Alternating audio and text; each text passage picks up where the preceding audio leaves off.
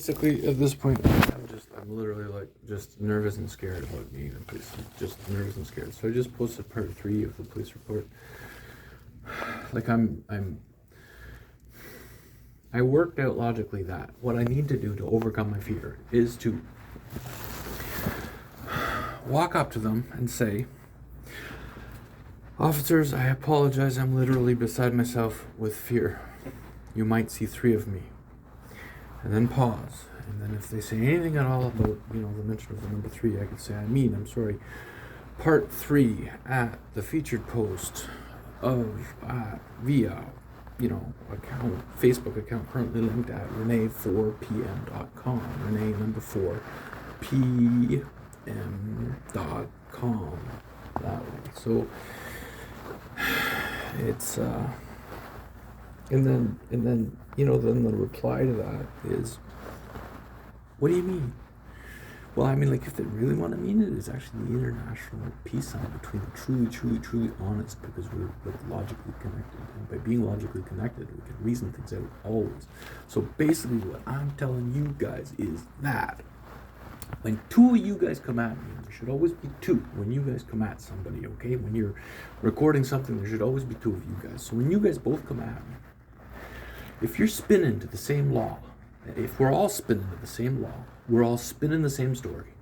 It's as simple as that. Honesty means consistency. If we're all spinning to the same law, if we're all mentally spinning to the same law, it means we're all spinning the same consistent story. We're just different aspects of the octopus, I guess. One arm there, one tentacle here. It's just all different. It just works together. So today we need to stay focused on task. But what I'm really telling you guys is the fear of God. So this is about the fear of God. To answer that other guy's question, Constable, I'm sorry, I really didn't get your name because I'm literally really afraid of you guys.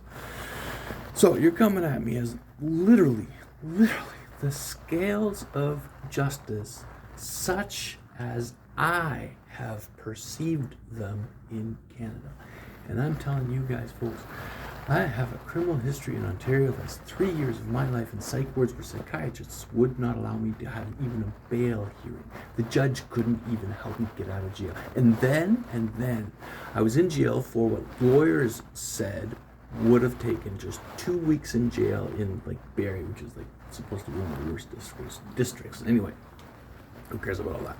Even though it was a month in jail, I waited 16 months for my criminal trial.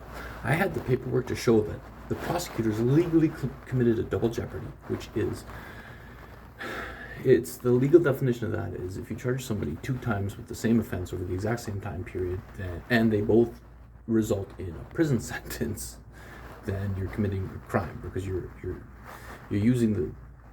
trying to cut time in half, and you're not allowed to cut time in half. So that's what a double jeopardy basically means. You're trying to cut time in half and you're not allowed. Or double time. You're not allowed to cut and paste time. So, so the judge wasn't allowed to allow the police report that said that I was already legally arrested and imprisoned for the accusation of criminal harassment by the church treasurer, who was actually lying out of her fucking ass. She was lying out of her fucking ass. The lawyer even identified it. And it was the prosecutor's lawyer that ended up getting into my email, printing out my emails, then going to argue my side of the case to the judge. It was the prosecutor's lawyer.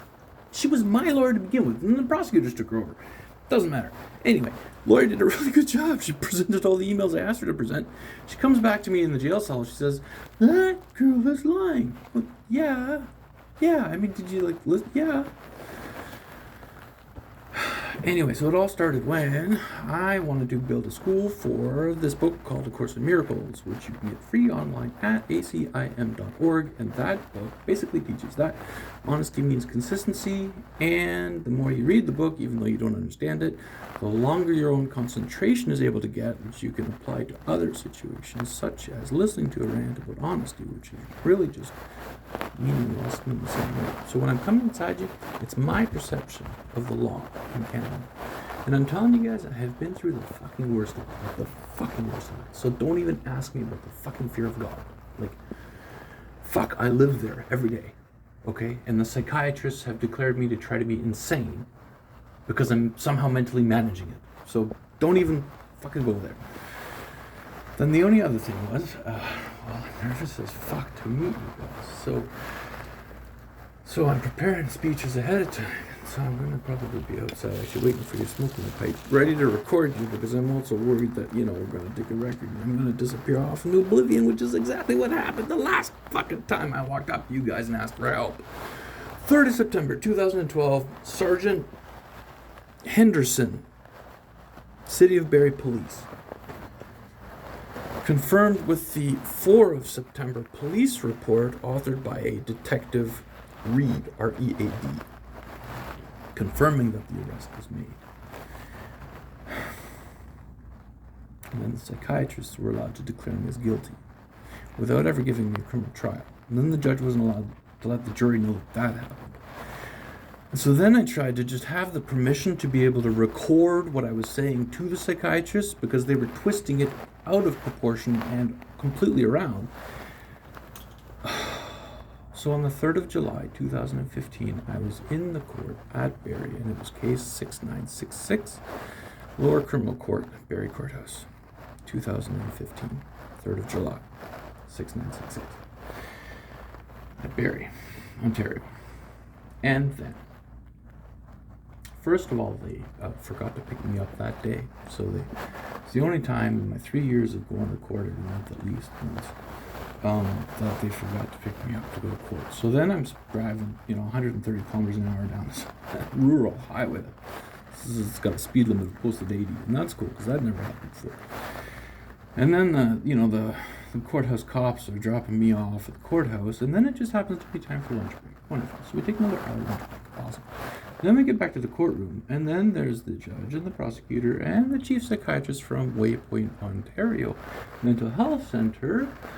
His name was James Karagiannis, and he testified to the court that a severely mentally ill individual such as myself should have no right to request that the court require psychiatrists to allow the audio recording, because the psychiatrist has an intrinsic intellectual property right on the assessment practices that the psychiatrist uses to make when the psychiatrist is trying to follow what's otherwise called this Diagnostic and Statistical Manual of Mental Disorders, which was published by the U.S.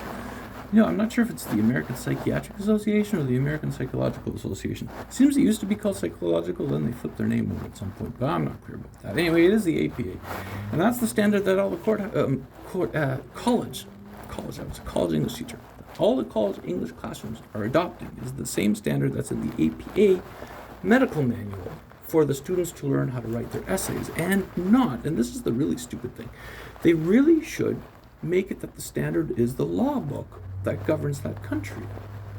I mean, why wouldn't you use the law book as a standard for how a legal document should look? And that just really makes no sense to me. But then anyway, so then I met the psychiatrist, and the psychiatrist leans back and says, "So, you think you're God?" And I said, No, didn't say that at all. Just saying, having a weird kind of honesty means consistency in my environment going on here, and I'm wondering, what is it that you think you read when you read my words that the church minister first accused me of child abuse about my son Ford with a picture that I sent him, but then flipped all that around and said, I was just bleeping mad. So,